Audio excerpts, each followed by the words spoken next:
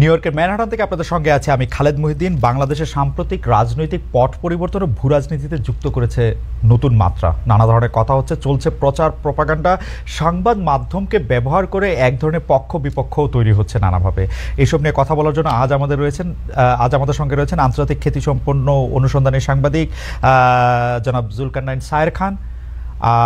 জনাব জুলকারনাইন সায়ের খান, আপনাকে আমাদের অনুষ্ঠানে স্বাগত জানাই। আপনি আমাদের সাথে যুক্ত হয়েছেন, সেজন্য আপনি আমাদের ধন্যবাদ এবং শুভেচ্ছা জানাবেন।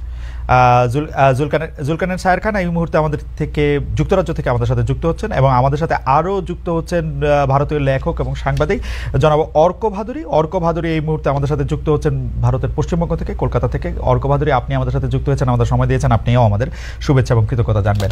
আমি অবশ্য জনাব খানের কাছেই প্রথমে যেতে চাই যে জনাব খান, একটা বিষয় আপনি আমাদের একটু যদি ক্ল্যারিফাই করেন যে বাংলাদেশে যেইভাবে ভারতীয় মিডিয়াতে দেখানো হচ্ছে যে বাংলাদেশের সংখ্যালঘুদের অনেক নির্যাতন হচ্ছে, অনেক ঝামেলা হচ্ছে, তারা আসলে জীবনধারণী করতে পারতেছে না, বাঁচতে পারতেছে না, ব্যাপারটা যদি মিথ্যা হয় তাহলে এইটা বাংলাদেশ সরকারের বা আমাদের এইটাতে কি আসলে খুব বেশি মনোযোগ দেওয়ার দরকার আছে কিনা? কারণ আমি দেখতে পাচ্ছি যে ভারতীয় মিডিয়া বলাও আসলে, মানে আমি এভাবেও জেনারেলাইজ করতে চাই না, যে ভারতের কয়েকটা মিডিয়া যখন এইসব প্রপাগান্ডাগুলি ছড়াতে থাকলো, আমরা বেশি দেখলাম বলে ওদের ভিউ বেশি হলো, ওরা আরও মজা পেলো, আরও বেশি করে দেখাতে থাকলো। কিন্তু আমার তো মনে হয় না যে আন্তর্জাতিকভাবে ওদের এইসব বক্তব্যের অনেক বেশি গুরুত্ব আছে। কারণ আমার কাছে প্রশ্নটা হচ্ছে এরকম, বাংলাদেশে আল জাজিরা কাজ করছে, বিবিসি কাজ করছে, সিএনএন কাজ করছে, এবং বাংলাদেশের সরকার যে কোনো বিদেশি মিডিয়াকে স্বাগত জানাচ্ছে যে আপনারা আসেন বা নিউজ করতে, রিপোর্ট করতে কোনো বাধা দিচ্ছে না। তো সেই ক্ষেত্রে কয়েকটা ভারতীয় মিডিয়া কি বললো না বললো সেইটা আমাদের অনেক বেশি গুরুত্ব দেওয়ার বা ভয় পাওয়ার আছে কিনা, জনাব জুলকারনাইন সাহেব? জি, থ্যাংক ইউ খালেদ ভাই। এটা আপনার সাথে আমার প্রথম কোনো ইন্টারাকশন। এর আগে আপনার সাথে আমার কখনো ইন্টারাকশন হয় নাই, so it's a pleasure to be on your show. Thank you. আর আপনি আসলে যেটা বললেন, এটা হয়তো গুরুত্ব দেওয়ার মতো কিছু ছিল না, হয়তো এটা তেমন গুরুত্ব কখনোই পেত না, বাট জিনিসটা আসলে ঠিক যেভাবে এসকালেট করেছে, আপনি যদি দেখেন যে অত্যন্ত সিস্টেমেটিক্যালি ইন্ডিয়ার নির্দিষ্ট কিছু মিডিয়া এবং ইন্ডিয়ার আপনার ভারত সরকারের যে রাজনৈতিক দল বিজেপির বিভিন্ন মুখপাত্র, বিভিন্ন নেতা, তারা বিষয়টাকে যেভাবে উত্থাপন করেছেন, এতে মনে হয়েছে যে 5ই আগস্টের পরে বাংলাদেশে হিন্দু সম্প্রদায় এবং অন্যান্য সংখ্যালঘু সম্প্রদায়ের লোকজনের একরকম একটা বিপদের মধ্যে আছেন, একটা খুবই প্রকট সমস্যার মধ্যে আছেন। কিন্তু আসলে কিন্তু বিষয়টা এরকম ছিল না। হ্যাঁ, তারা প্রথম ডিসইনফরমেশন ছড়াচ্ছিল, বাট এটা যখন এসকালেট করে গেছে, এটা মার্কিন যুক্তরাষ্ট্রের যিনি প্রেসিডেন্ট ইলেক্ট তার কাছে পর্যন্ত গিয়ে পৌঁছিয়েছে। এটা যুক্তরাজ্যের পার্লামেন্টে গিয়ে এটা পর্যন্ত আপনার এখন পৌঁছিয়েছে। যদি এটা গুজব হতো, যদি এটা ডিসইনফরমেশন হতো এবং এটাকে যদি গুরুত্বের সাথে কেউ না দেখতো অথবা গুরুত্ব সহকারে উত্থাপন করে না হতো রাষ্ট্রীয়ভাবে, রাষ্ট্রীয় মদদে, তাহলে তো কখনোই এতটুকু পর্যন্ত এটা আসার কথা না।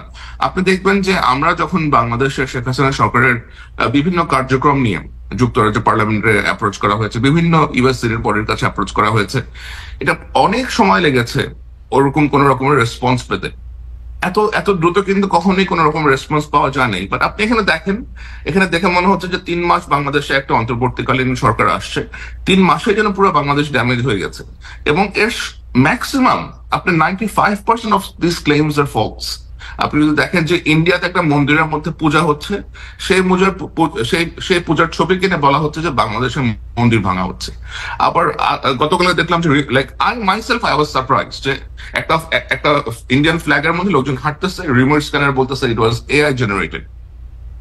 এরকম অসংখ্য ইনসিডেন্টস আছে যেখানে সম্পূর্ণ উদ্দেশ্যমূলক ভাবে ভারতীয় কিছু নির্দিষ্ট মিডিয়া এবং তাদের পলিটিশিয়ানরা বাংলাদেশকে টার্গেট করে বাংলাদেশের যে বর্তমান অন্তর্বর্তীকালীন সরকার আছেন এদের অবস্থানকে হেয় করার জন্য এবং বাংলাদেশকে খুব বাজেভাবে বিশ্বের কাছে পোর্ট্রে করার জন্য উদ্দেশ্যমূলক ভাবে এই কাজগুলো করেছেন। সুতরাং এটাকে ওইভাবে দেখার কোনো সুযোগ নাই যে এটা একটা সেপারেটিং, লাইক বিচ্ছিন্ন কোনো ঘটনা অথবা এটা উদ্দেশ্যমূলক কোনো ঘটনা না। এটা অবশ্যই উদ্দেশ্য প্রণোদিত একটা ঘটনা, যা রাষ্ট্রের বিভিন্ন দেশের সরকারের সর্বোচ্চ পর্যায় পর্যন্ত কমিউনিকেট করা হয়েছে, and we really need to deal with this seriously.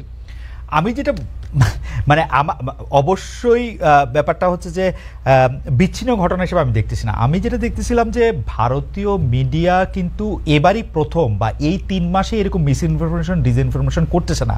আপনার মনে আছে যে আনন্দবাজার গত 2 বছর 3 বছর 5 বছরের মধ্যে অন্তত 3 বার তারা প্রকাশ্যে ক্ষমা চেয়েছে তাদের খারাপ রিপোর্টের জন্য, ভুল রিপোর্টের জন্য, উদ্দেশ্যমূলক রিপোর্টের জন্য এবং বাংলাদেশ প্রসঙ্গেই, এবং তারা এগুলি কিন্তু সবসময় করে। এবং আপনি বিজেপির কথা বললেন, বিজেপির রাজনীতিটাই কিন্তু আসলে আলোচনায় থাকা, বিশেষ করে পশ্চিমবঙ্গে জনাব শুভেন্দু অধিকারী যেগুলি বলতেছেন সেগুলিকে আমরা আসলে ভারতীয়রাই কখনো গুরুত্ব দেয় কি না সেই ব্যাপারে আমার মারাত্মক সন্দেহ আছে। এবং বিজেপির জনাব অধিকারীর জায়গা থেকে আসলে আমরা নিশ্চয়ই ভাদুরীকেও জানতে চাইব, কিন্তু আপনার কাছ থেকে আমি যেটি স্পেসিফিকলি জানতে চাইছিলাম যে আমাদের এইখানে এই দায়টা আছে কিনা যে তাদেরকে দেখে, তাদেরকে ভিউ বাড়িয়ে, তাদেরকে আলোচনায় রেখে, তাদেরকে আলোচনা করে সেটাকে একটা গুরুত্বপূর্ণ করা। এবং আপনি প্রেসিডেন্ট ইলেক্টেড টুইটের কথা বলতেছিলেন, আপনি জানেন যে প্রেসিডেন্ট ইলেক্টের ক্ষেত্রে তার অফিস খুঁজেই বাইর করে মাইনরিটি, মুসলমান দেশ, ওদের কিওয়ার্ডগুলি আপনি আমার চেয়ে আরও বেশি করে জানেন, ওরা এগুলি করবেই। কিন্তু যদি কোনো ঘটনা না ঘটে তাইলে এইটা আসলে গুরুত্ব দেওয়ার ব্যাপার কিনা। আর আপনি ফ্ল্যাগের এআই জেনারেশনের কথা বলতেছিলেন, কিন্তু বাংলাদেশে তো আসলে ভারতীয় ফ্ল্যাগ পারানো হয়েছে, যে উদ্দেশ্যেই করা হোক সেটা তো করা হয়েছে, সেটা তো আমরা জানি, মানে রিউমার স্ক্যানারের জন্য অপেক্ষা করার দরকার নাই। তো সেই জায়গা থেকে যদি আপনি একটু বলতেন যে এটা আপনি বাংলাদেশে সংখ্যালঘুরা কোথায় আক্রান্ত হয়েছে। বাংলাদেশে যখন 5ই আগস্ট হাসিনা সরকারের পতন ঘটে, তারপরে আমি যতটা জানি সেটা হচ্ছে যে হিন্দু আওয়ামী লীগ সমর্থক নেতা নেত্রী এদের অনেকের ঘর বাড়িতে আক্রমণ ঘটেছে। এরা কিন্তু কোনো হিন্দু সম্প্রদায়ের যে সকল জনগোষ্ঠীর এগেনস্টে গিয়ে আক্রমণ ঘটেছে বিষয়টা এরকম না। কিছু নির্দিষ্ট হিন্দু সমর্থক, যেমন মুসলমান সমর্থকদের বাসাতে আক্রমণ হয়েছে, হিন্দু সমর্থকদের বাসাতেও একইভাবে গিয়ে আক্রমণ হয়েছে। কিন্তু এই জিনিসগুলোকে আসলে ভারত সরকার যেভাবে মদত দিয়েছে, আমি অবশ্যই এটা বলবো যে ভারত সরকারের সরাসরি ইন্ধন ছাড়া, মদত ছাড়া তো এ ধরনের কার্যক্রম আসলে ঘটতে পারে না। ওকে। আর আপনি যে শুভেন্দু অধিকারীর কথা বললেন, এই ভদ্রলোক উনি তো ওর দেশের জনগণকে টার্গেট করেই তো এগুলো বলতেছে। আমার তো মনে হয় না যে তার কোন রকমের তার কিছু আসা যায় বাংলাদেশের হিন্দুরা কেমন আছে এতে। অবশ্যই আসা যায় না, অবশ্যই আসা যায় না, অবশ্যই সে চায় আরো ভোট, সে চায় আরো ভোট, সে চায় আরো ভোট। সো এই সে জানে কোন টিউনে কথা বললে তার এখানকার ভোটাররা প্রীত হবে, সে ওইভাবে কথা বলতেছে।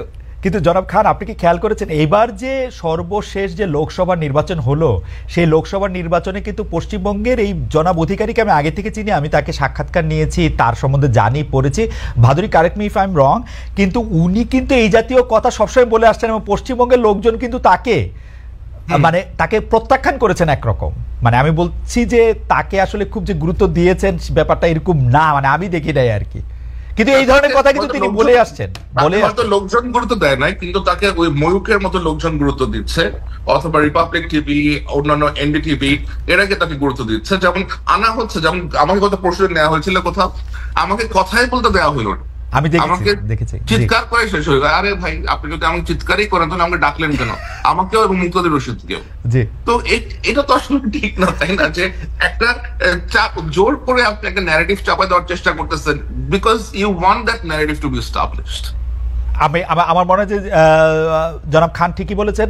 জনাব খানের থেকে আমি আসলে জনাব ভাদুরীর কাছে একটু আসতে চাই। জনাব ভাদুরী, আমি এই প্রশ্নটা আমারও মনে ছিল, জুলকারনাইন সায়ের খানও এটা আসলে বলেছেন, সেটা হচ্ছে যে ভারতীয় সরকারের যদি প্রত্যক্ষ মদত না থাকতো তাহলে মিডিয়াগুলি এটা করতে পারতো না। আপনি এই ব্যক্তি, মানে আমি ভারতীয় মিডিয়া আর ভারতীয় সরকারকে এক করে দেখতে চাই না, কারণ ভারতীয় মিডিয়া যা করেছে ভারতীয় সরকার এর চেয়ে একটু স্মার্ট বলে আমার মনে হয়।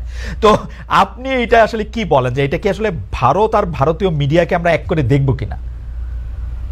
ওয়েল, আমার এটা নিয়ে কমেন্ট করার আগে খালেদ ভাই, আমি প্রথমেই যেটা বলতে চাই সেটা হচ্ছে ভারত কিন্তু একটা বহুমাত্রিক একটা অস্তিত্ব। কাজেই আমার এই বাংলাদেশের সাম্প্রতিক ঘটনাবলী থেকে যেটা মনে হচ্ছে যে বাংলাদেশের মানুষ, একটা বৃহৎ অংশের মানুষ ভারতকে একটা খণ্ডিত অস্তিত্ব হিসেবে কিন্তু দেখছেন। তার জন্য ডেফিনেটলি আমাদের দেশের মেইন স্ট্রিম মিডিয়ার একটা বড় ভূমিকা রয়েছে, এবং যেরকমভাবে উস্কানিমূলক খবর আমাদের মিডিয়ায় প্রচার করা হচ্ছে, হচ্ছে সেটা অত্যন্ত দুর্ভাগ্যজনক। কিন্তু আমি যেটা বলতে চাইছি যে ধরুন 5ই আগস্টের পরে যখন 7 সিস্টার্স নিয়ে বাংলাদেশে নানা রকম কথাবার্তা হয়েছিল, সেটা যেরকম দুর্ভাগ্যজনক, একই রকম ভাবে চট্টগ্রাম, কুমিল্লা এগুলো দখল করে নেওয়ার কথা যে আমাদের দেশের মিডিয়া বলছে, সেটা একই রকম দুর্ভাগ্যজনক। ভারত সরকারের সঙ্গে এই মিডিয়াকে এক করা যায় কিনা এটা নিয়ে আমি সরাসরি কিছু মন্তব্য করা থেকে বিরত থাকবো, কিন্তু এটা আমি নিঃসংশয়ে বলতে পারি, আমি বিশ্বাস করি যে ইন্ডিয়ান গভর্নমেন্ট, আমাদের কেন্দ্রীয় সরকার নিশ্চয়ই বুঝবেন যে বাংলাদেশ মানে শুধু শেখ হাসিনা বা আওয়ামী লীগ নয়, এবং আওয়ামী লীগের লেন্সে বাংলাদেশকে দেখা আমাদের দেশের জন্য এটা যে খুব সুবিধাজনক হবে না, এটা একদম নিঃসংশয়ে বলা যায়। কারণ বাংলাদেশের মানুষ তারা একটা গণ অভ্যুত্থান ঘটিয়েছেন, এবং সেই গণ অভ্যুত্থানের মধ্যে দিয়ে একটা রেজিম চেঞ্জ হয়েছে, একটা অন্তর্বর্তীকালীন সরকার প্রতিষ্ঠা হয়েছে। এই ঘটনা আমাদের দেশের সরকারের, আমাদের রাষ্ট্রের সেটা পছন্দ হতে পারে, অপছন্দও হতে পারে, কিন্তু এটা রিয়েলিটি। আপনাদের সেই খুব বিখ্যাত একটি শব্দবন্ধ আছে না, যে রিয়েলিটি মেনে নিতে হবে। তো এই রিয়েলিটি আমাদেরকে আসলে মেনে নিতে হবে যে শেখ হাসিনার শাসন বাংলাদেশে তার অবসান ঘটে গিয়েছে। কাজেই Indian media, Indian political party বা সিভিল সোসাইটি প্রত্যেককেই যদি মনে হয় যে আমরা যদি এই আওয়ামী লীগের লেন্সের বাইরে বাংলাদেশকে দেখতে পারি খানিকটা নিরপেক্ষভাবে, সেটা অনেকটা বেটার হবে। আর দ্বিতীয় যে কথাটা আমি বলতে চাই খুব স্পেসিফিকলি, 1 মিনিট আমি সময় নিচ্ছি, বাংলাদেশে বিশেষ করে বুয়েট বা অন্যান্য ক্যাম্পাসে যখন ভারতের পতাকা মারানোর যে ঘটনা ঘটলো, আমি রিউমার স্ক্যানারের প্রতিবেদন পড়েছি, সেটা একটি ঘটনা নিয়ে বলেছে, কিন্তু এটাও আমরা জানি যে বাংলাদেশে কিন্তু এই ঘটনা ঘটেছে। সেটা কিন্তু একজন ভারতবাসী হিসেবে আমাকে অত্যন্ত যন্ত্রণা বিদ্ধ করেছে, এবং এটাও খুব স্পষ্ট যে বাংলাদেশের পতাকা যেরকম বাংলাদেশ রাষ্ট্রের সম্পত্তি, তেমনি বাংলাদেশের জনগণ সেই পতাকা ওন করেন। এই গণ অভ্যুত্থানেও যেমন বাংলাদেশের পতাকা মাথায় বেঁধে ছাত্রছাত্রীরা আন্দোলন করেছিলেন, তেমনি বাংলাদেশের মানুষ নিশ্চয়ই জানেন যে আমাদের কৃষক আন্দোলনে, আমাদের সিএএ বিরোধী আন্দোলনে যে দাদিরা ছিলেন শাহিনবাগে, তারাও কিন্তু ভারতের পতাকা নিয়েই রাস্তায় নেমেছিলেন। ভারতের পতাকা পদদলিত করলে আসলে সবাইকেই আসলে তাদের আবেগকে খানিকটা আহত করা হয়। কাজে এই শুভবুদ্ধিটা যদি সীমান্তের কাঁটাতারের দুদিকেই তৈরি হয়, মনে হয় বেটার। জনাব ভাদুরী, আমি দুটো বিষয় আপনার একটু দৃষ্টি আকর্ষণ করতে চাই।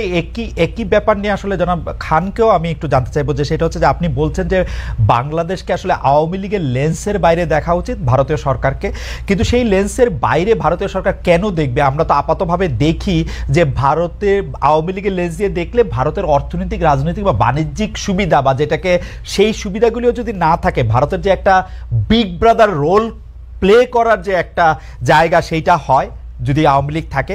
আরেকটা হচ্ছে যে ভারতকে যে আমরা আসলে বাংলাদেশের লোকজন খণ্ডিত অস্তিত্ব হিসেবে দেখে, এর তো একটা বড় কারণ আমরা তো দেখতে পাই যে ভারতের তখ্তে বসে আছেন নরেন্দ্র মোদী, যিনি একটা সাম্প্রদায়িক আহ্বান জানিয়েই আসলে ভারতে নির্বাচিত হচ্ছেন, একবার না বারবার, এবং ভারতীয় লোকজনকে মনেই হচ্ছে যে একটা সাম্প্রদায়িক শক্তিকেই তারা চান। যদি তারা একটা সাম্প্রদায়িক শক্তিকে চান, তাহলে তো তারা একটা অসাম্প্রদায়িকতার কথা আসলে বলতে পারেন না। আর পতাকা পোড়ানোর ব্যাপারটা বা পতাকা পাড়ানোর ব্যাপারটা, সেটা নিয়ে আসলে জনাব শাহের খান নিশ্চয়ই বলবেন। পাশাপাশি আমরা এটিও একটু জানবো যে ভারতের মতো এরকম একটা দেশে আগরতলায় গিয়ে বাংলাদেশি হাই কমিশনকে যখন আক্রমণ করা হলো, উপ হাই কমিশনকে, তখনও বা ভারতীয় সরকার আসলে কি করলো? জনাব ভাদুরী, আপনি যদি তিনটা একটু 1-2 মিনিটে বলেন, আমরা একই বিষয় নিয়ে আমরা একটু আমি একদম শেষ প্রশ্নটা দিয়ে যদি খালেদ ভাই শুরু করি, যে এটা অত্যন্ত লজ্জার এবং অত্যন্ত দুর্ভাগ্যজনক ঘটনা, এবং আন্তর্জাতিক যে সনদ সেটার জন্য এটা আমাদের দেশের জন্য ভীষণ লজ্জার ঘটনা। ভারত সরকার কি করেছে বলতে আপনি নিশ্চয়ই দেখেছেন যে ভারত সরকারের পক্ষ থেকে দুঃখ প্রকাশ করা হয়েছে এবং 6 জন গ্রেফতার হয়েছেন। আমি মনে করি এটা যথেষ্ট নয়। বাংলাদেশের দূতাবাসগুলির নিরাপত্তা ভারত সরকারকে নিশ্চিত করতেই হবে। এটা দুটো দেশের জনগণের মধ্যেকার সম্পর্ক, দুটো দেশের সরকারের মধ্যেকার সম্পর্ক স্বাভাবিক করবার এটা একটা পূর্ব শর্ত, এটা করতেই হবে।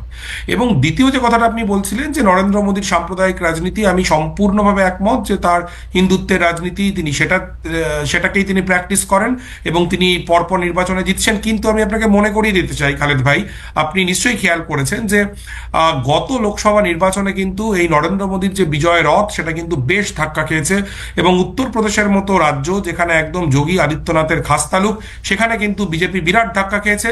এবং আমি আপনাকে আরো মনে করিয়ে দিতে চাই যে পশ্চিমবঙ্গ যেই পশ্চিমবঙ্গ বর্তমানে তামিলনাড়ুর পরে নরেন্দ্র মোদীর বিজেপির হিন্দুত্ববাদ বিরোধী রাজনীতির বিরুদ্ধে একটা দুর্গ হিসেবে দাঁড়িয়ে রয়েছে, সেই পশ্চিমবঙ্গেও কিন্তু গত লোকসভা নির্বাচনে বিজেপি খারাপ ফল করেছে। কিন্তু বাংলাদেশে যখন ভারতের পতাকা অবমাননা হয়, তখন আসলে পশ্চিমবঙ্গে দাঁড়িয়ে যারা এই বিজেপির বিরুদ্ধে, হিন্দুত্ববাদের বিরুদ্ধে, অসাম্প্রদায়িকতার পক্ষে লড়াই করছেন, সেই মানুষদেরও ভাবাবেগ আহত হয়। কাজেই আমি আবারও যেটা বলছি যে সীমান্তের দুপারেই বোধহয় এই শুভবুদ্ধির উদয় হওয়াটা খুব গুরুত্বপূর্ণ। অবশ্যই জনাব ভাদুরী, আপনাকে ধন্যবাদ। আমি একটু জনাব খানের কাছে এই বিষয়ে একটু মন্তব্য জানতে চাইবো, তারপর আমি প্রশ্নে আসছি। জি, খালেদ ভাই, আমি আসলে এটা এটা অত্যন্ত দুঃখজনক একটা ইনসিডেন্ট যে আপনি কোনো দেশের জাতীয় পতাকাকে মারানো উচিত না পা দিয়ে। এটা এটা এটা কোনোভাবে সমর্থন করা যায় না, আমি এটা সমর্থন করি না। কিন্তু বাংলাদেশের সাথে ভারতের যে সম্পর্ক, আমাদের আজকে যে আলোচনার বিষয়, বাংলাদেশ এবং ভারতের সম্পর্ক, বাংলাদেশের সাথে ভারতের সম্পর্ক কেমন অথবা কি হওয়া উচিত, আপনি যদি দেখেন যে বিগত ভারতের প্রতি বাংলাদেশের লোকজনের যে ক্ষোভ, পুঞ্জীভূত ক্ষোভ, এটা কিন্তু একদিনের ক্ষোভ না, এটা এটা স্লোলি এবং গ্রাজুয়ালি ক্রিয়েট হয়েছে। কেন ক্রিয়েট হয়েছে?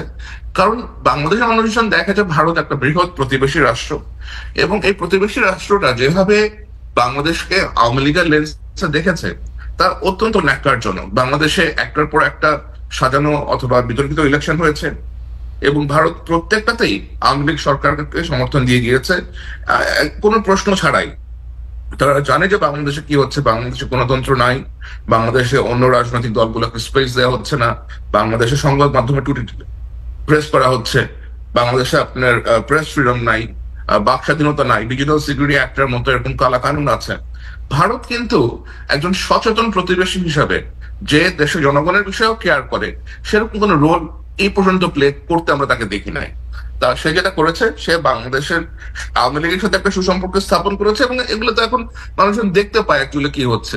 বাংলাদেশের সাথে ইন্ডিয়ার ট্রেড ডেফিসিট প্রায় $9 বিলিয়ন মতো, তাই না? তো এখন মানুষ যে আপনার বিক্ষিপ্ত হয়েছে, যা যা মানুষজন করেছে, আমার কাছে মনে হয়েছে যে এটা একটা অনেক দিনের পুঞ্জীভূত ক্ষোভ থেকে লাইক এটা। জুলকারনাইন, আমি একটা জিনিস কি আপনার একটু জানতে চাইতে পারি কিনা, মানে আমরা কি ভারতীয় সরকারকে, অর্থাৎ মোদী সরকারকে আর ভারতীয় জনগণকে এক করে দেখতেছি? এটা কি আমাদের ঠিক অ্যাপ্রোচ হতেছে? মানে মোদী সরকারকে তো খোদ ভারতেরই, মানে গণতন্ত্রের তো বিভিন্ন প্যাচপুচ আছে, কিন্তু আসলে যদি আপনি সংখ্যা দিয়েও বিবেচনা করেন, সে সংখ্যা দিয়েও কিন্তু ভারতের অধিকাংশ মানুষ, সর্বশেষ লোকসভা নির্বাচনের কথা ভাদুরী বললেন, কিন্তু আমি কিন্তু দেখাতে পারি যে সর্বশেষ নির্বাচন, আগের নির্বাচন, ভারতের অধিকাংশ মানুষের চাওয়া কিন্তু এইটা না যে মোদী সরকার ক্ষমতায় থাকুক, অধিকাংশ মানুষের চাওয়া কিন্তু এইটা না যে মোদী সরকারের হিন্দুত্ববাদকে তারা সমর্থন করতেছে। মানে সংখ্যার যদি আপনি হিসাব করেন, তাহলে আমরা ঢালাওভাবে ভারতীয় জনগণকে আর ভারতীয় সরকারকে এক করে দেখতেছি কিনা? আমার মনে হয় না যে বাংলাদেশের মানুষের কোন রকমের গ্রাজ আছে ভারতীয় জনগণের এগেইনস্টে। বাংলাদেশের মানুষের গ্রাজ আছে হিন্দুত্ব শক্তির এগেইনস্টে। আবার আমরা এখন হিন্দুত্ব বলবো আর হিন্দু বলবো, both are very different terms. We have nothing to do with Hindus, we love our Hindu brothers and sisters, we live in a very harmonious way in Bangladesh. এবং একই জিনিস এটা আমাদের ভারতের প্রতিও লাইক একই রকমের আচরণ হওয়া উচিত। বাট বাংলাদেশে হিন্দুত্বের যে আগ্রাসন, এই আগ্রাসন বাংলাদেশের লোকজন সমর্থন করে না, এটা ভারতে অনেকে সমর্থন করে না। মোদীজির যে সাপোর্ট আছে আপনার ভারতে, তার এখন বোধহয় রেটিং 63 to 64% মতো হবে, কিন্তু এটা আস্তে আস্তে কমতেছে। He had a rating like তার কখনো 78% রেটিং ছিল, লাইক হুইচ উই নো। আমি যে জায়গাটাতে দেখতে চাইছিলাম, আপনি দেখেন ভাদুরী নিজেও কিন্তু মানে কি বলে যে সোশ্যাল মিডিয়ামের বিভিন্ন ব্লেড ব্যবহার করে বিভিন্নভাবে কথা বলেন। ভারতের আরেকজন ধ্রুব রাঠি, তিনি কিন্তু শেখ হাসিনার সর্বশেষ সরকারের সময় বা সরকারের সবশেষ সময়ের মধ্যে তিনি কিন্তু একটা গুরুত্বপূর্ণ রোল প্লে করেছেন। প্রচুর বাংলাদেশি এবং প্রচুর ভারতীয় মানুষ তাদের দেখেছেন। আমরা যদি ভারতীয় লোকজন বলতে মোদির লোকজন বা এটা বুঝাই, তাহলে এটা একটু সরলীকরণ করা হয় কিনা, সেইটা আমি একটু। আজকে আমার সাথে, আপনার সাথে আসার কিছুক্ষণ আগে আমার সাথে আকাশ ব্যানার্জির কথা হচ্ছে, দেশভক্তের। আমি তাকে প্রায় 35 মিনিটের মতো লাইক উই হ্যাড এক্সচেঞ্জ, এবং আমি তাকে বোঝালাম যে বাংলাদেশের লোকজনের আসলে ভারত সরকারের যে অ্যাপ্রোচ অ্যাজ এ হোল, যেমন বাংলাদেশে এত গুম হলো, এত খুন হলো, আমরা কখনো দেখি নাই যে ভারত সরকারের ভারতীয় এম্বাসির পক্ষ থেকে কখনো একটা রিজয়েন্ডার ইস্যু করা হয়েছে অথবা কখনো একটা চিঠি ইস্যু করা হয়েছে যে you take care of this, আপনার সিকিউরিটি ফোর্সেসকে লাগাম ধরেন, give space to your opposition political parties, এরকম কিন্তু আমরা কখনো কিছু দেখি নাই। ভারত সরকার কখন প্রতিবাদটা জানালো? প্রতিবাদটা জানালো যখন ইসকন গিয়ে লাইক ইসকনের এই আপনার চিন্ময়ের উপরে যখন হলো, যে চিন্ময়কে অ্যারেস্ট করা হলো। এই যে ধরেন আপনার এই ধরনের অ্যাপ্রোচ গুলা, যে একটা বৃহৎ জনগোষ্ঠী নিষ্পেষিত হচ্ছে, আক্রান্ত হচ্ছে, তাদের বিষয়ে ভারতের যে সরকারের approach is very different. They do not care. But যখনই ইসকনের একজন ব্যক্তি, একজন পুরোহিত, তাকে অ্যারেস্ট করা হলো, দেন দে ওয়েন্ট অন ফায়ার। এই যে ডিফারেন্স, এটাই তো আসলে বলা যায় যে ভারত সরকারের বাংলাদেশের সাধারণ জনগণের প্রতি অ্যাপ্রোচটা কি। ওকে, আমি দুইটা বিষয় শুধু আপনার দৃষ্টি আকর্ষণ করতে চাই। প্রথম কথা হচ্ছে যে চিন্ময় কৃষ্ণকে আসলে ইসকনের লোক বলে করা, কারণ ইসকন নিজেই যখন তাকে ওর লোক বলতেছে না, বলা হইতেছে যে জুলাই মাসে সেটা বাদ হয়ে গেছে, সেইটা আসলে বেশি সামনে আসা দরকার। আরও দুইটা বিষয় আমি আপনার নজরে আনতে চাই, সেটা আমি জনাব ভাদুরীকেও জানতে চাইবো আপনি বলার পরে, যে আপনি বলছেন যে, কিন্তু আপনি যদি জুন জুলাই আগস্ট যদি আপনি আসলে খেয়াল করেন, আপনি কিন্তু দেখবেন যে ভারত সরকার, ইভেন মোদী সরকার ক্ষমতা থাকা সত্ত্বেও শেখ হাসিনার কে বাঁচাইতে কিন্তু তারা আগায় আসেন নাই। তারা কিন্তু কোনো বিবৃতি দেন নাই, এইটাকে বাংলাদেশের নিজস্ব ব্যাপার বলেছেন, কোনোভাবে একটা চাপ দিতে চেষ্টা করেন নাই আন্তর্জাতিক মহলের মধ্যে থেকে, সেইটা তারা আটকে রেখেছেন। এটা আমি একটা দেখি। দুই, আমি দেখি শেখ হাসিনা কিন্তু কার্যত ভারতে গৃহবন্দী। তিনি কিন্তু ভারতের কোনো মিডিয়াকে বা আন্তর্জাতিক কোনো মিডিয়াকে অ্যাড্রেস করতে পারতেছেন না, তাকে আসলে ফ্রিলি ঘুরে বেড়াতে দেওয়া হচ্ছে না, নানা কারণেই তাকে কিন্তু আসলে এক ঘরে এবং একটি ঘরে বন্দি রাখা হয়েছে। এইটাকে আমরা ভাবতে পারি কিনা যে এই সরকারের সাথে আসলে ভারত এক ধরনের এই সরকারের সাথেই চলতে চায়, এরকম আমরা মনে করতে পারি কিনা? স্যার, এটা আপনি বলার পরে আমি একটু ভাদুরীকে জানতে চাই। আমি আপনাকে একটা রেসপন্সটা দেই। আমি আপনার সেকেন্ড কোশ্চেনের রেসপন্স দেই। শেখ হাসিনা ভারতের গৃহবন্দী অবস্থায় আছেন বলে আমি মনে করি না। উনি পার্কে ঘুরে বেড়াচ্ছেন, উনি বাসায় আছেন, ওনার সিকিউরিটি আছে, সবকিছুই আছে, এবং উনি ভারতে বসে থেকে ওনার দলের লোকজনকে নির্দেশ দিচ্ছেন যে বাংলাদেশে যারা তোমার ঘরে আগুন দিচ্ছে, 10 জনের ঘরে গিয়ে আগুন দাও, 10 জনের মাথা বাড়ি দাও। এই ধরনের লাইক উগ্রতা, এই ধরনের উস্কানিমূলক কথাবার্তা কিন্তু তিনি ভারতে বসে বাংলাদেশের এগেনস্টে বলতেছেন।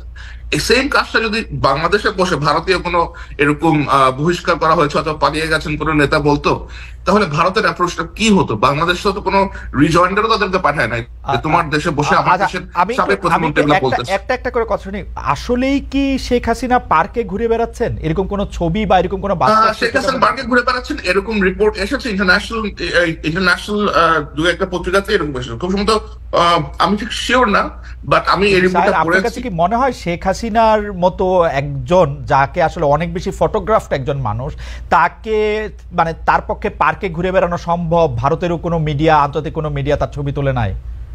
এখন তিনি পার্কে ঘুরে বেরিয়েছেন, এটা ইন্টারন্যাশনাল একটা পত্রিকায় রিপোর্ট করেছে। আমি এই মুহূর্তে আমার স্মরণ পড়তেছে না কে বলেছে। আমি সেই রিপোর্টটা দেখেছি, কিন্তু আমার কাছে সেই রিপোর্টটাকে আমার বিবেচনায় সেটাকে একটা না, এর জন্য আমি আই ক্যানট ভেরিফাই দ্যাট। আমি পড়েছি, সেটাই আমি আপনাকে বললাম যে শেখ হাসিনা যদি ওখানে পার্কে ঘুরতে পারেন অথবা she is having a decent life there, এবং ওখানে বসে উনি তার দলের নেতা কর্মীদেরকে নির্দেশ দিচ্ছেন। আমার মনে হয় না যে তার জুলকারনাইন, আমার মনে হয় যে আপনার কাছে বরং আমি এই আহ্বানটা করতাম যে জুলকারনাইন, আপনি যে বিষয়টা নিয়ে কাজ করেন, যখন যে বিষয়টা নিয়ে কাজ করেছেন সেইটার বিষয়ে আমরা অনেক ডিপ কিছু জানতে পেরেছি। আমার মনে হয়, মানে আমার প্রশ্নটা আমার মনে মনে ছিল যে আমি আপনার কাছ থেকে জানতে চাইবো যে আসলে শেখ হাসিনা এখন কেমন আছেন, কি করছেন। আমার ডিসকন্টেন্ট আপনি দেখেন যে আমি যেটা দেখি যে শেখ হাসিনা টেলিফোনে কথা বলতেছেন কিন্তু খুবই ইনসিগনিফিকেন্ট লোকদের সাথে। তার মানে তার টেলিফোনটা আটকানো হয় নাই, কিন্তু তিনি কিন্তু টেলিফোনে ভারতে অবস্থানরত কোনো নেতার সাথে কথা বলতে সাহস করতেছে না, এই কারণ সেই নেতা কর্মীরও ঝামেলা হইতে পারে ডিউ টু ভারত গভর্নমেন্ট তাকে বলছে তুমি এগুলি করতে পারবে না। এটা হচ্ছে আমার রিড। এটাও কিন্তু আমরা আসলে বলতে পারি না, এটা আমরা স্পেকুলেট করতে পারি যে তার সাথে যোগাযোগ হচ্ছে না। কিন্তু আমি আপনাকে দুইটা জিনিস বলতে পারি। শেখ হাসিনা যে বাসাতে থাকেন ভারতে, সেই বাসায় এসবি মনিরুল ইসলাম খুব নিয়মিত যাওয়া আসা করেন, এবং ভারতে পলাতক লেফটেন্যান্ট জেনারেল মুজিব ওই বাসাতে প্রায় যাওয়া আসা করেন। সুতরাং ভারত সরকারের যদি অনুমোদন না থাকতো, তাহলে কেন তারা ওখানে যেত? আমার কাছে মনে হয় যে জুলকারনাইন, আমি আপনার সাথে সোশ্যাল মিডিয়াতে অনেকগুলি বিষয় আমি আপনার সাথে যুক্ত।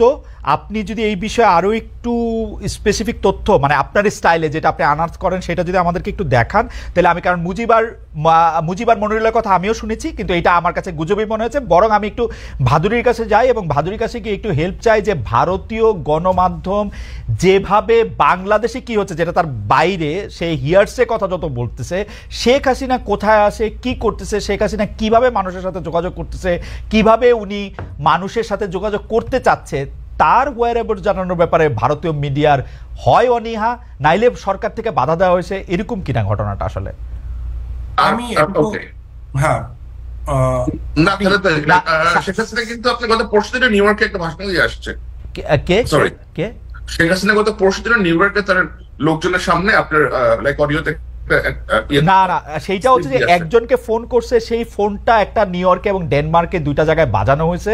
আমি আপনাকে স্যার, আমি যেটা বলতে চাইতেছি, দিল্লি এমন একটা জায়গা যে জায়গার মধ্যে শত শত, মানে আমি এইটাই একটু ভাদুরীর কাছে জানতে চাইছিলাম যে সেইটা এটা ভারতীয় মিডিয়ারই একটু আনাউন্স করা দরকার। এবং আমার জুলকারনাইনের কাছে এটা আমার একটা দাবি থাকবে যে জুলকারনাইনও এটা একটু দেখে, কারণ আমরা এই যে মুজিব, মনিরুল এদের কথা আমরা শুনি, কিন্তু আমার কাছে আমি এখনো বিশ্বাসযোগ্য কোনো তথ্য এরকম পাই নাই।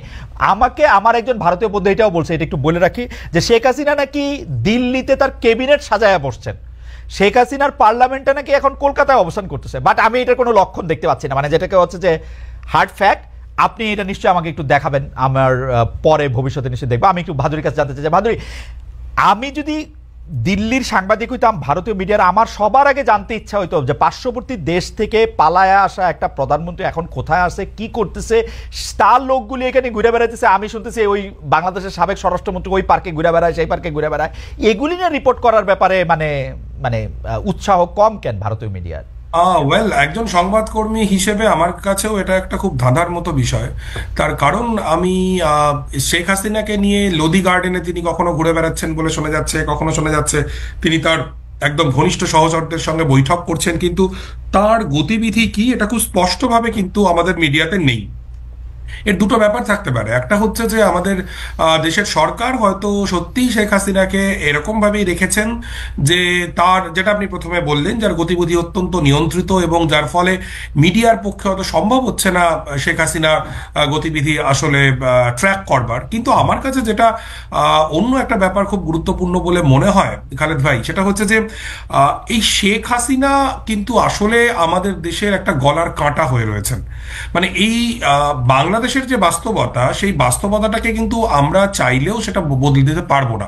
কাজেই একজন ভদ্রমহিলা, যিনি একজন গণহত্যাকারী ভদ্রমহিলা, যার বিরুদ্ধে গণহত্যার অভিযোগ উঠেছে এবং প্রায় সহস্রাধিক মানুষকে খুব ছোট্ট একটা সময়সীমার মধ্যে যিনি গুলি করে মেরেছেন, এবং শুধু তো মুসলিম নয়, আপনারা আমার চেয়ে অনেক বেটার জানেন, রিয়া গোপ বলে একটি বাচ্চা মেয়ে 6 বছর 7 বছরের, সে মারা গিয়েছে। হৃদয়চন্দ্র তরুয়া বলে একজন তিনি প্রাণ দিয়েছেন। এরকম প্রচুর মানুষকে যে ভদ্রমহিলার বিরুদ্ধে, তার প্রশাসনের বিরুদ্ধে মারার অভিযোগ রয়েছে, তাকে আমাদের সরকার যদি দিনের পর দিন এরকম একদম জখের ধনের মতো লুকিয়ে রেখে দেয়, সেটা বোধহয় আমাদের দেশের জন্য খুব একটা সুবিধাজনক বিষয় হবে। আচ্ছা অর্ক, আপনার কাছে কি মনে হয় যে মানে শেখ হাসিনাকে ভারতীয় সরকার বা ভারতের কোনো মহল কি এরকম আশা করে যে শেখ হাসিনা আইসা আবার বাংলাদেশে ক্ষমতা নিবে? সে কি আশা করে যে ভারত চাইলে শেখ হাসিনাকে আবারও বাংলাদেশের সিংহাসনে বসায় দেওয়া সম্ভব? আসলে আমার মনে হয় যে, আমি কেউ এটা ভাবেন কিনা খালেদ ভাই আমি কমেন্ট করতে পারবো না, কিন্তু আমার মনে হয় দুটো বিষয়। একটা হচ্ছে যেটাকে বাস্তব বুদ্ধির বিচার আমরা কথা বলতে পারি, সেক্ষেত্রেও এটা অসম্ভব বলে মনে হয়। এবং আরেকটি বিষয় যেটা আমি খুব গুরুত্বপূর্ণ বলে মনে করি, আমাদের অবশ্যই বাংলাদেশের, শ্রীলঙ্কার, নেপালের, ভুটানের সার্বভৌমত্বকে সম্মান করতে হবে। শেখ হাসিনা হতে পারেন তিনি একজন দেবদূত, অথবা হতে পারেন তিনি একজন শয়তান, কিন্তু তার সঙ্গে কি হবে সেটা আমাদের বিষয় নয়, সেটা বাংলাদেশের জনগণ ঠিক করবেন।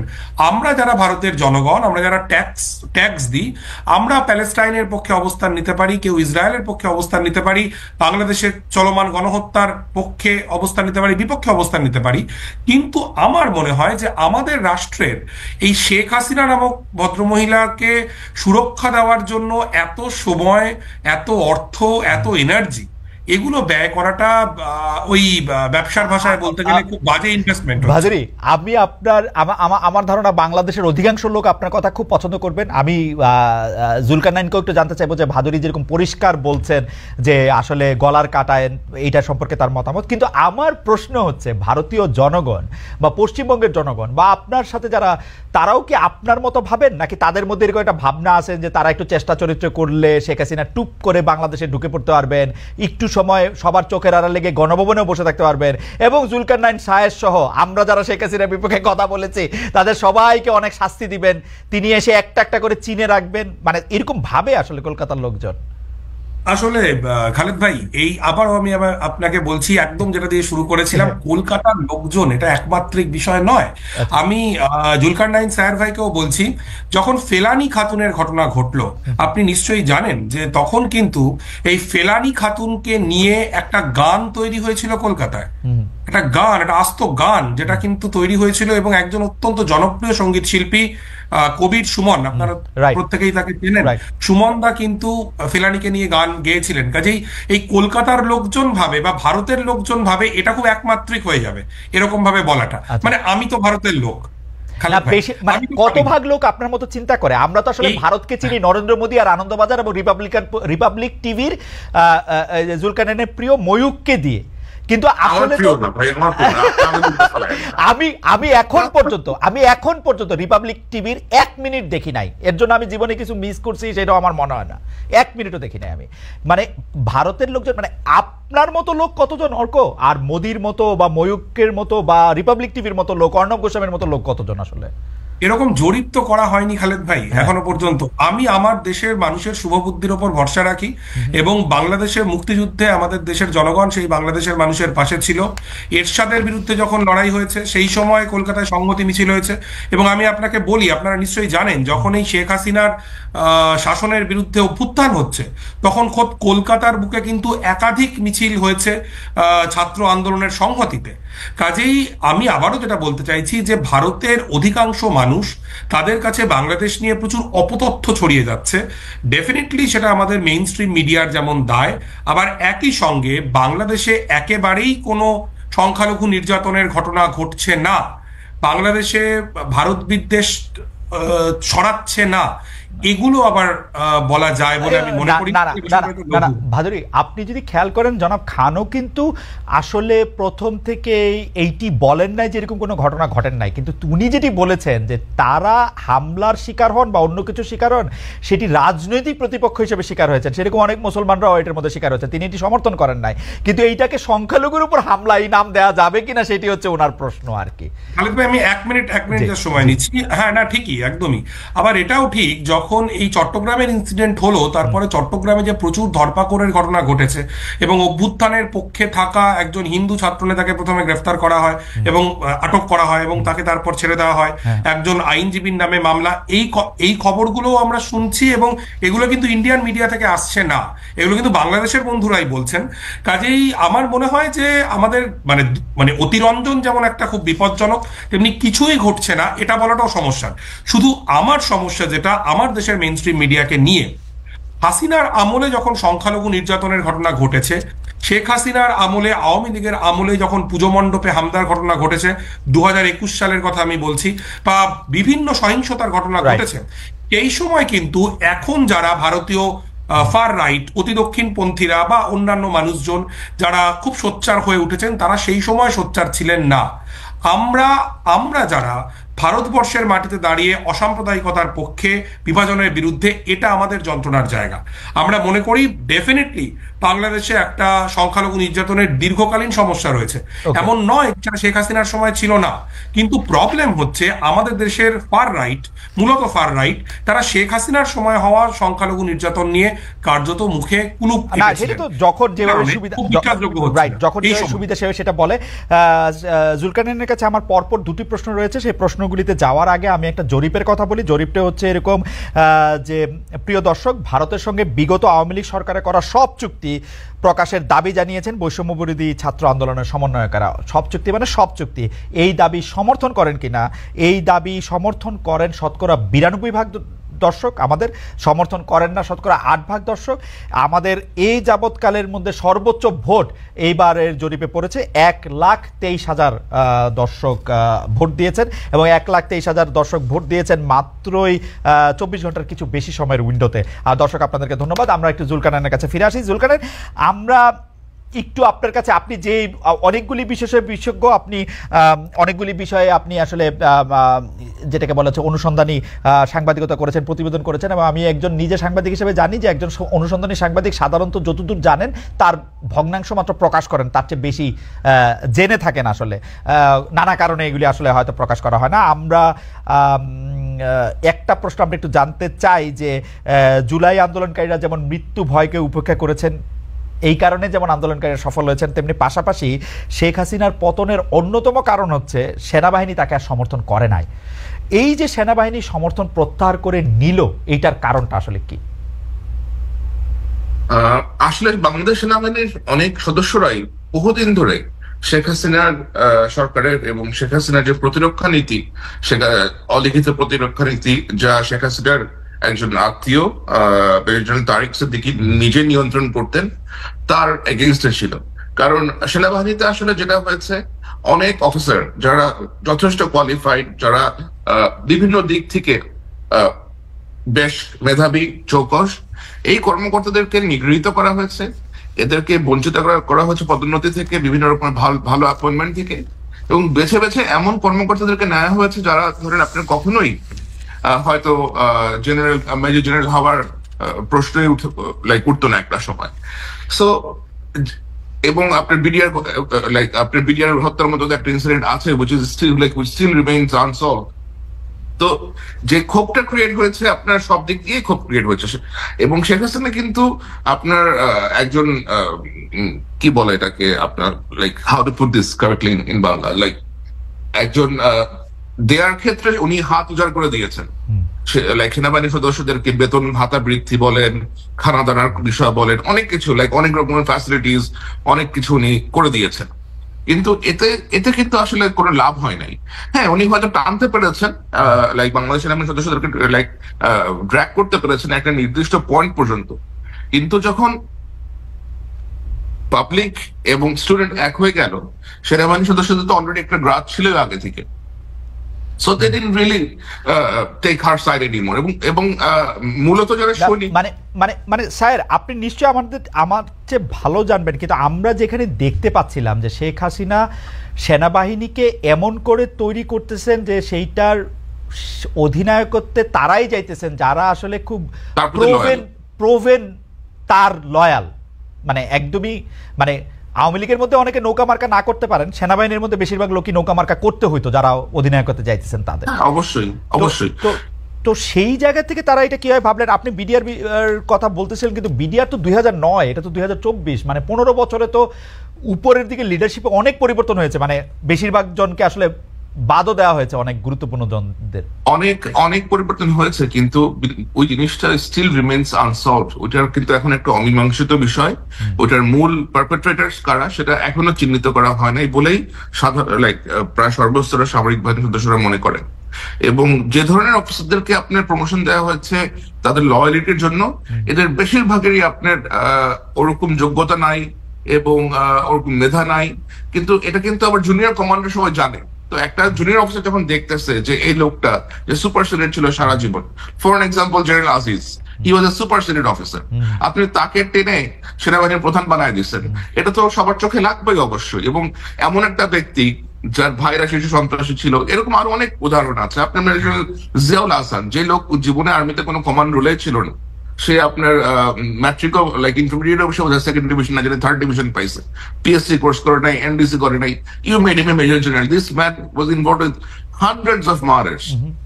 তো এরকম কাজকর্ম যখন আপনি করবেন, এটা তো একটা সুশৃঙ্খল বাহিনী, এরা তো আপনি যত যাই কিছু বলেন, এই বাহিনীর মধ্যে তো একটা ডিসিপ্লিন আছে, কাজ তো করতেছেই। তারা দেখতেছে যে এই সমস্ত নটোরিয়াস এলিমেন্টকে তারা গিয়ে ড্র্যাগ করে করে প্রমোট করতেছে, এবং যারাই জেনারেল তারেক সিদ্দিকীর সাথে ঘনিষ্ঠ, যারাই জেনারেল তারেক সিদ্দিকীর ওয়াইফের সাথে ঘনিষ্ঠ, তারাই জাস্ট গিয়ে প্রমোশন পাচ্ছে, অন্যরা আর প্রমোশন পাচ্ছে না। মানুষের তো ক্ষোভ অবশ্যই সৃষ্টি হবে, এবং এই ক্ষোভ যখন আপনার ছাত্র জনতার সাথে একীভূত হয়ে গেছে, then of course naturally they step down. Zulkarnain, আমি যে বিষয়টা জানতে চাচ্ছিলাম যে আমরা কিন্তু শুনে আসতেছিলাম যে ভারতীয়, আমি খোলাখুলি বলি যে ভারতের যে সেই বাংলাদেশের সেনাবাহিনীর মধ্যে কারা কোন অফিসার, কারা কি করতেছে, কাদেরকে রোল প্লে করতে দেওয়া উচিত না উচিত, এবং ভিতরকার যে বিভিন্নকার তথ্য, যে তোমাকে এই তথ্য দিয়ে দিব তার ফলে তুমি আর ব্রিগেডিয়ার থেকে মেজর জেনারেল হইতে পারবা না, মেজর জেনারেল হইলে আর লেফটেন্যান্ট জেনারেল হবা না, এই যে এগুলির ব্যাপারে তারা বেশ ভূমিকা রাখতেছে, তারা তাদের লোকদেরকে এখানে বসাইতেছে। তাহলে হঠাৎ করে আমরা 15 জুলাই, 16 জুলাই, 20 জুলাই মানে আমরা দেখলাম সেনাবাহিনী বলতেছে যে আমরা এদের উপরে গুলি চালাবো না, আমরা দেখতেছি তারা কমান্ড শুনতেছে না, আমরা দেখতেছি তারা শেখ হাসিনার উপরে প্রত্যাহার করতেছে। এটা কেমনে হইলো? তাহলে কি ভারতীয় বাহিনী কি আর তাদের উপরে প্রভাব সৃষ্টি করতে পারে নাই, বা তাদের বসানো লোকগুলি কি হঠাৎ করে নিষ্ক্রিয় হয়ে গেল সব? না, এখন বাংলাদেশ সেনাবাহিনীর সদস্য সংখ্যা কত? 2,40,000 প্লাস হবে খুব সম্ভবত, আর একটু বেশি হবে। এখন কতজনকে নিউট্রালাইজ করছে? হয়তো গিয়ে 50টা কর্নেল সাহেবকে নিউট্রালাইজ করছে, 30টা ব্রিগেডিয়ারকে নিউট্রালাইজ করছে, 100টা মেজরকে নিউট্রালাইজ করছে। কতজনটা হবে? 500 জন কর্মকর্তা, 1000 জন কর্মকর্তা হবে। 1000 জন এগেইনস্ট আপনার 2,40,000 আর্মি তো চেইন অফ কমান্ডে চলে, তাই না? মানে আমরা এরকম শুনছি রিপোর্ট না দিলে কেউ ব্রিগেডিয়ারই হইতে পারে না, কর্নেল পর্যন্ত আসসালামু আলাইকুম, লেফটেন্যান্ট পর্যন্ত আগে বললাম যে অফিসার যার প্রমোশনই হওয়ার কথা না, যে সুপারসিডেড, যে আপনার ওমেনাইজিং করে আসছে সারা জীবন, তাকে আপনি বানাই দিচ্ছেন জেনারেল সাহেব। তো ওই এখন তো মেজর সাহেব তো জানে যে এটা একটা ওমেনাইজার, এটা একটা চরিত্রহীন একটা লম্পট। আমি তোর কমান্ড মানবো না এখন, কারণ আমার আশেপাশের লোকজন আছে, like I will follow what the public are saying. Okay, কারণ তারা আমার কাছে তারা 20 জুলাই একটা বেশ বড় লেটার পাঠিয়েছিল ফর প্রেস রিলিজ। আমি জানি না like if you saw that, right?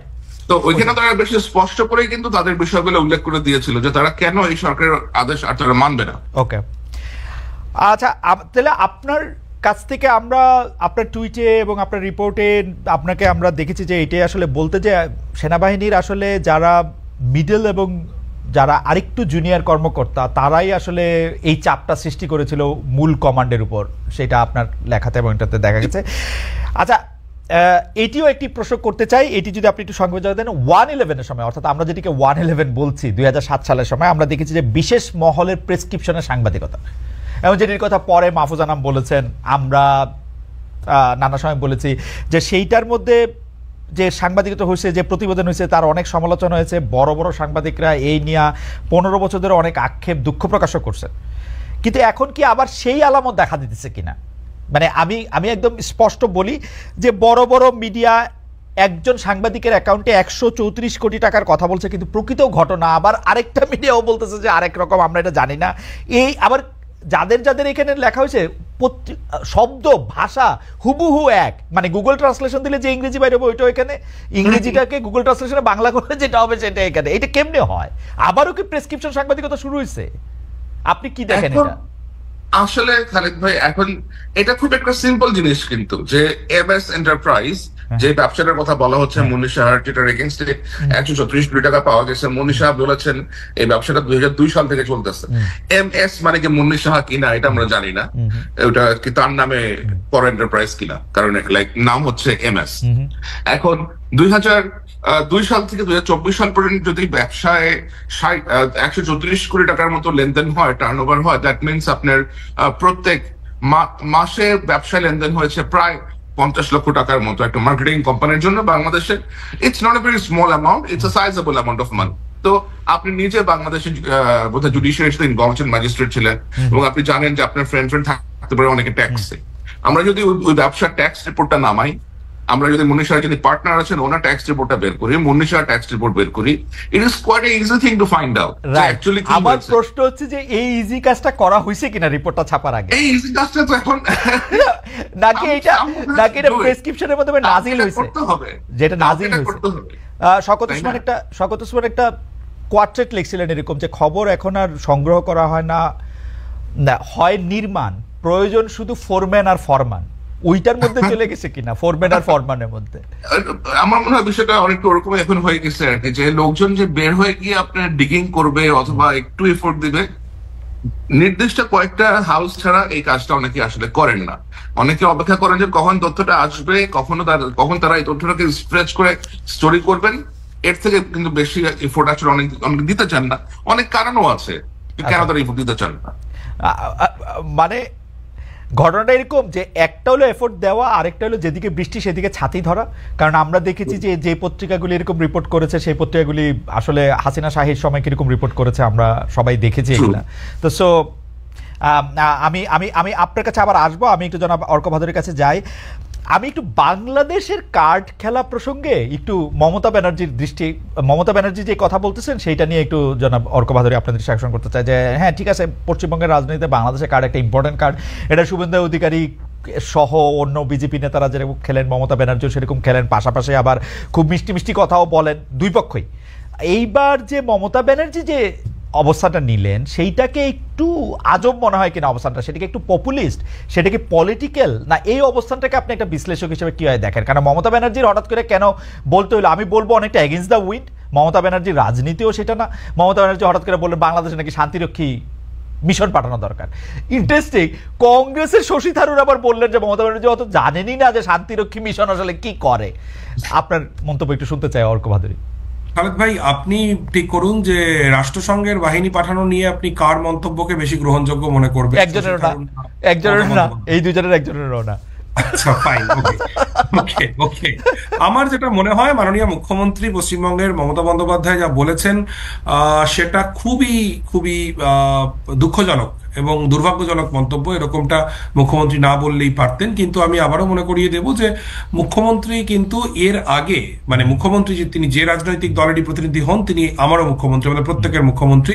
বাংলাদেশের মানুষের প্রতি যখন কেন্দ্র সরকার থেকে এক ধরনের ভীষণ ঘৃণা ভাষণ চলছিল, তখন কিন্তু মুখ্যমন্ত্রী মমতা বন্দ্যোপাধ্যায়, যেটাকে আপনি মিষ্টি মিষ্টি কথা বলছেন, আমি বলবো যে একটা সৌহার্দ্যমূলক বার্তা মুখ্যমন্ত্রী দিয়েছেন।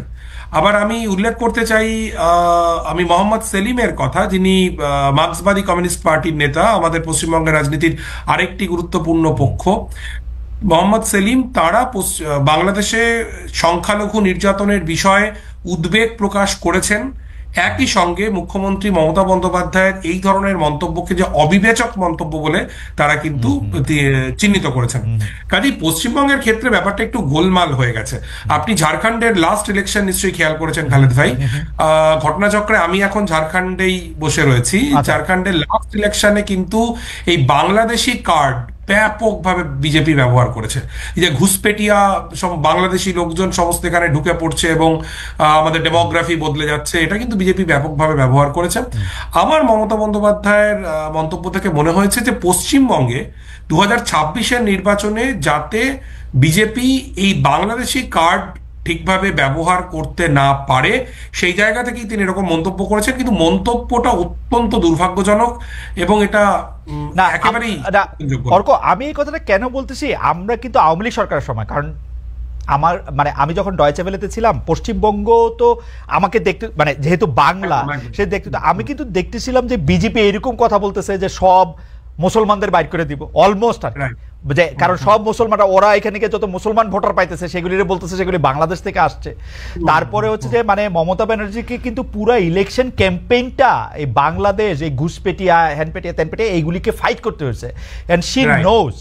এবং উনি জানেন যে তিস্তার পানি চুক্তির ক্ষেত্রে তার অবস্থানের কারণে বাংলাদেশ এটা পায় নাই। মনমোহন সিং রেডি ছিল, পরবর্তী সময় সবকিছু রেডি ছিল, এটা হয় নাই। তারপরেও উনি কিন্তু বাংলাদেশের জনপ্রিয় ছিলেন এই কারণে যে তিনি সবসময় প্রোটেক্ট করতে চাইছেন এই কথাগুলিরে, এই জায়গাগুলিরে। হঠাৎ করে তার এটা কি আপনি একটা অবস্থান পরিবর্তন দেখেন, একটা রাজনীতি দেখেন, একটা পপুলিস্ট জায়গা দেখেন, নাকি ভারতীয় জনগণ বা পশ্চিমবঙ্গের জনগণ এরকমই ভাবছে এইটার একটা ক্যাটার করার দেখেন? খালেদ ভাই, গত কয়েক দিনে বিশেষ করে বুয়েটে ভারতীয় পতাকা পারানোর যে ঘটনা পর থেকে পশ্চিমবঙ্গে কিন্তু একটা বড় অংশের মানুষের মধ্যে বাংলাদেশ বিদ্বেষ বাড়ছে।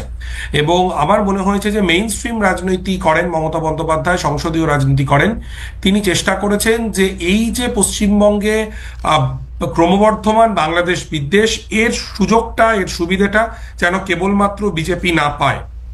এই জায়গা থেকে পশ্চিমবঙ্গের পরিস্থিতি কিছুদিন আগে যা ছিল এবং গত 1-1.5 সপ্তাহের মধ্যে কিন্তু কিছু মূলগত ফারাক তৈরি হয়েছে। পশ্চিমবঙ্গে এক ধরনের কনসলিডেশন হচ্ছে এবং বিশেষ করে আমাদের দেশে যারা সংখ্যাগুরু বাঙালি হিন্দু, তাদের একটা বিরাট অংশ কিন্তু আমাদের মতো, অর্থাৎ পূর্ববঙ্গ থেকে চলে আসা, যেমন আমাদের পূর্বপুরুষ পূর্ব নারীরা থাকতেন নাটোরে, আমরা চলে এসেছিলাম। কাজেই তাদের মধ্যে তো পূর্ব বাংলা নিয়ে এক ধরনের যন্ত্রণা রয়েছে। বিজেপি এটাকে অ্যাড্রেস করছে এবং তার পাল্টা উত্তর দিতে মুখ্যমন্ত্রী মমতা বন্দ্যোপাধ্যায় এরকম একটা মন্তব্য করলেন, যে মন্তব্যটা হয়তো সমর্থনযোগ্য নয়, কিন্তু তার উদ্দেশ্যটা ছিল ভীষণভাবেই বিজেপিকে কমব্যাট করা। ওকে, ধন্যবাদ ভাদুরী। আমি একটু জুলকারনাইন আপনার কাছে আসতে চাই যে আবারও একটা প্রসঙ্গ নিয়ে, যে আইএসপিআর আমাদেরকে একটা সংবাদ বিজ্ঞপ্তিতে জানিয়েছিল যে আওয়ামী লীগ সরকার পতনের পর প্রাণ রক্ষার্থে 626 জন তাদের কাছে আশ্রয় নিয়েছিল, অর্থাৎ সেনাবাহিনীর কাছে ক্যান্টনমেন্টে। তারা কে কোথায় এই নিয়ে বিস্তারিত খবর আর আমরা পাই নাই। আমরা আইএসপিআরকে আর জিজ্ঞেসও করতে পারি নাই যে ভাই 626 জনের তোমরা একটা তালিকা করছো কিনা, কোনোদিন আমাদেরকে দিবা কিনা, তাদের কয়জনে তোমরা রাখছো, কয়জনে ছাড়ছো। এইরকম আওয়ামী লীগ মন্ত্রী এমপিদের কেউ কারাগারে, 1-2 জন জামিন পাইছেন, কারো হদিস নাই। এই কারা কারা আবার বিদেশে, এই পিক অ্যান্ড চুজটা আসলে কেমনে হইলো? মানে আমি একটা স্পেসিফিক উদাহরণ দিই। আমরা শুনেছিলাম যে ডক্টর আওয়ামী লীগের পররাষ্ট্রমন্ত্রীটা ডক্টর হাসান মাহমুদ এবং জুনাইদ আহমেদ পলক তারা বিমানবন্দর থেকে গ্রেফতার হয়েছেন, কিন্তু পরে আমরা পলককে কারাগারে দেখেছি, আর হাসান মাহমুদ বেলজিয়ামে বসে আমাদের সবার জন্য ওয়াজ করছেন, বাণী দিচ্ছেন, কি কি করতে হবে না করতে হবে বলতেছেন। এটা কেমনে হইলো আসলে?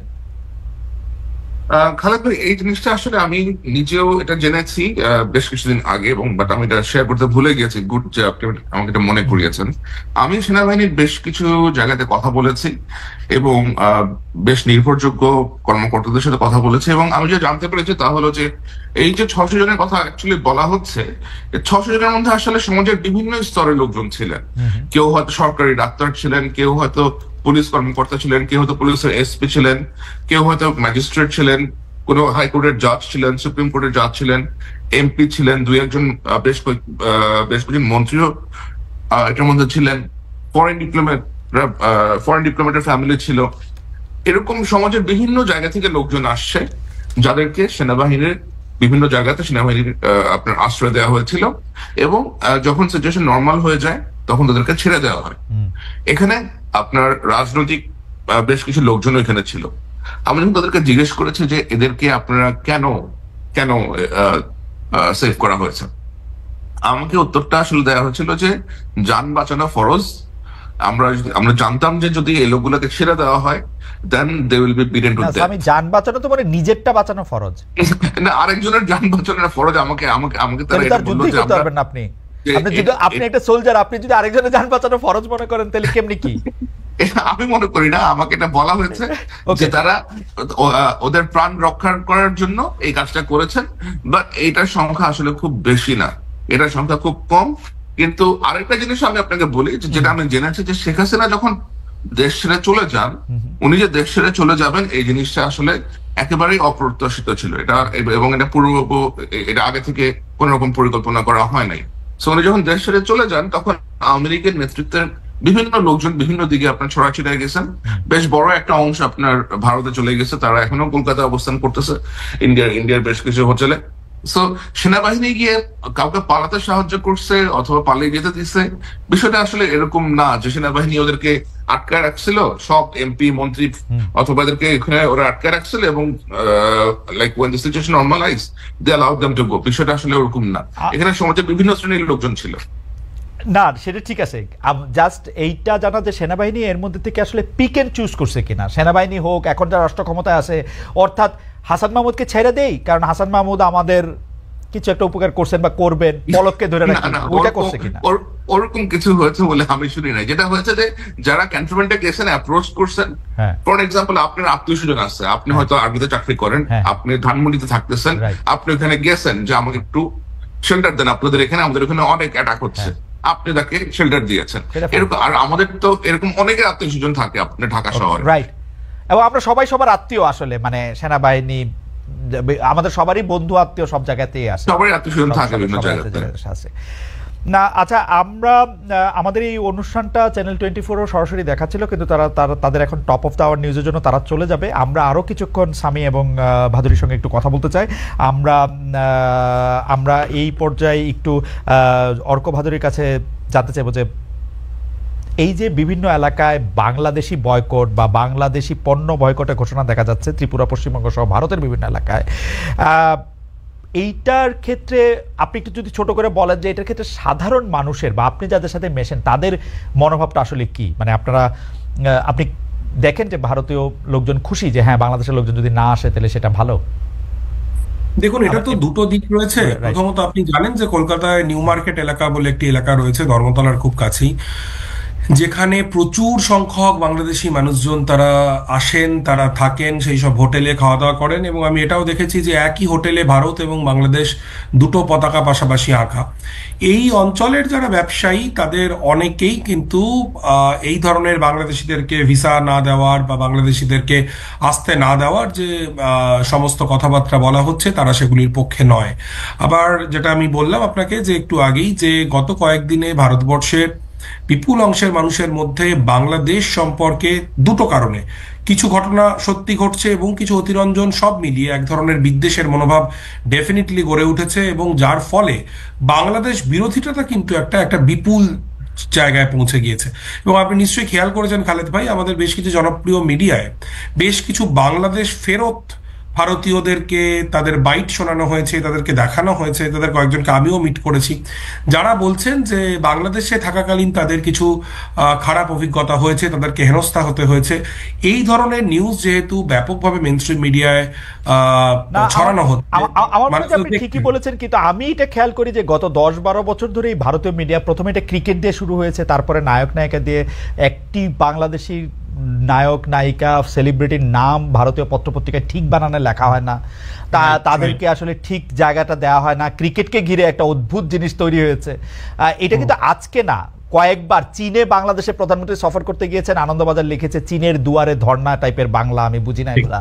তো এগুলি কিন্তু আজকে না, এটা 5-7-10 বছরে তৈরি হয়েছে। কিন্তু আমার কাছে যেটি প্রশ্ন সেটি হলো যে, আপনার কাছে যেটি প্রশ্ন সেটি হলো যে, মানে এই বিদ্বেষটার ব্যাপারটা কি এই সরকার, মানে হাসিনা সরকার চলে যাওয়ার পরে অনেক বেশি পরিমাণে বেড়েছে কিনা? মানে এটা কি গত 10 বছরে ভারতবর্ষে এবং পশ্চিমবঙ্গে, বিশেষ করে গত 8 বছরে, মানে 2016 সালের বিধানসভা নির্বাচনের পরে বা 2018 সালের পঞ্চায়েত নির্বাচনের পরে, যখন বাম এবং কংগ্রেসের শক্তি একেবারেই তলানিতে গিয়ে ঠেকলো এবং ভারতীয় জনতা পার্টি যখন তৃণমূল কংগ্রেসের প্রধান বিরোধী হিসেবে তার উত্থান হলো, ডেফিনেটলি তার তো একটা প্রভাব পশ্চিমবঙ্গের সমাজে পড়েইছে। এবং ক্রিকেটকে কেন্দ্র করে আপনি বলছিলেন, সেটা তো বটেই, এবং সার্বিকভাবে মুসলমান বিদ্বেষ কিন্তু একটা ব্যাপক তীব্র চেহারা নিয়েছে, এটা পশ্চিমবঙ্গেও নিয়েছে, এটা খুব দুঃখজনকভাবে। গত 5ই আগস্টের পর থেকে সেই এক ধরনের বলা যেতে পারে গণ উন্মাদনার চেহারা নিয়েছে, বা সেটাকে সংগঠিতভাবে সেই গণ উন্মাদনার চেহারা দেওয়ার চেষ্টা চলছে। ওকে, আমি একটু জুলকারনাইন আপনার কাছে আসতে চাই শেষ প্রসঙ্গ বা শেষ প্রশ্ন নিয়ে। সেটি তার আগে একজন দর্শক, মানে অনেক দর্শক অনেক রকম মন্তব্য করেছেন। আমি আসলে মোবাইল ফোনে মন্তব্য দেখতে থাকি, আমার খুবই ভালো লাগে, আমি খুবই সম্মান করি আমাদের দর্শকরা মন্তব্য করেছে। তো যে মন্তব্যটি আমার খুব দৃষ্টি আকর্ষণ করেছে সেটি হচ্ছে যে খালেদ মহিউদ্দিন সে ইদানিং আওয়ামী লীগের সাধারণ সম্পাদকের মতো কথা বলে। আমার একটু কষ্ট লাগলো যে বলবেনই যদি ভাই সভাপতি না কেন, শেখ হাসিনা তো পালাই গেছে, তাই না? এখন আপনি সভাপতির মতোই বলেন, জায়গা তো খালি। হ্যাঁ, এবার আমি একটু জুলকারনাইনের কাছে জানতে চাইবো যে অনেক ইনফ্লুয়েন্সার বা অনেক বক্তা এরকমটা বলতেছেন যে ভারতের সাথে আমাদের সর্বত সম্পর্ক ছিন্ন করা উচিত, অর্থাৎ বয়কট ইন্ডিয়া করা উচিত, আমাদের বাণিজ্যিক কোনো রকম জায়গা থেকে অন্য কোনো জায়গা থেকে কোনো রকম কোনো সম্পর্কই রাখা উচিত না, এবং সেইটা করলে আমাদের জন্য ভালো হবে। জুলকারনাইন, আমি আপনার মন্তব্য একটু শুনতে চাইবো যে আপনি এরকমটা মনে করেন কিনা, বা কিরকম মনে করেন যে ভারত আর বাংলাদেশের সম্পর্ক কেমন হওয়া উচিত? আমি এইটা মাথায় রেখেই বলতেছি যে গত সরকারের সময় ভারতের সাথে বাংলাদেশের যে কূটনৈতিক সম্পর্ক ছিল, সেই কূটনৈতিক সম্পর্ক খোদ ওই সরকারের প্রধানই বলেছেন ইন্ডিয়াকে যা দিয়েছি তার সারা জীবন তারা মনে রাখবে, আর কি দিয়েছে তারা সেটা কোনোদিন বলতে পারবে না। সো আমরা নিশ্চয়ই ওইরকম চাইবো না, কিন্তু কি চাই সেটাই আমরা একটু শুনতে চাই। এখন আপনি আমাকে অত্যন্ত কূটনৈতিক একটা প্রশ্ন করে ফেললেন। আপনি নিজেও জানেন যে সাংবাদিক হিসেবে এটার উত্তর দেওয়া আমার জন্য কতটা ডিফিকাল্ট হবে, বাট আমি আপনাকে এটা বলতে পারি যে আবেগের বশে হয়তো অনেকেই অনেক রকমের মন্তব্য করেন যে ভারতের সাথে সম্পর্ক রাখা উচিত না, অথবা সব রকমের ট্রেড বন্ধ করা উচিত, কিন্তু বাস্তবতাটা আসলে এরকম না। ভারতের মধ্যে একটা দেশ যারা আমাদের প্রায় সকল সীমান্তই আমরা ওদের সাথে শেয়ার করি, এবং তাদের সাথে আমাদের সম্পর্কটা এমনই হওয়া উচিত পারস্পরিক সমঝোতার ভিত্তিতে, এবং যে সম্পর্কে বাংলাদেশও কিছু পাচ্ছে, ভারতও কিছু পাচ্ছে।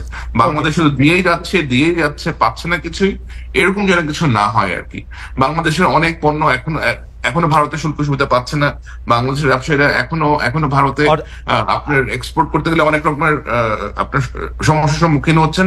সুতরাং এটা এটা একটা সৌহার্দ্যপূর্ণ সম্পর্ক লাইক হওয়া উচিত।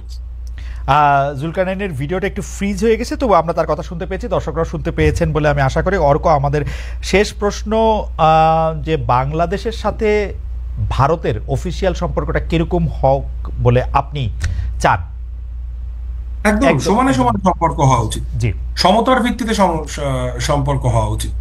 বাংলাদেশের সার্বভৌমত্বকে আমাদের উচিত সম্মান করা, বাংলাদেশের উচিত আমাদের সার্বভৌমত্বকে সম্মান করা, এবং এই ধরনের ঘৃণা বিদ্বেষ যেটা গত কয়েকদিন ধরে চলছে, এটা যে কোনো রকমভাবে এটার বন্ধ হওয়া উচিত।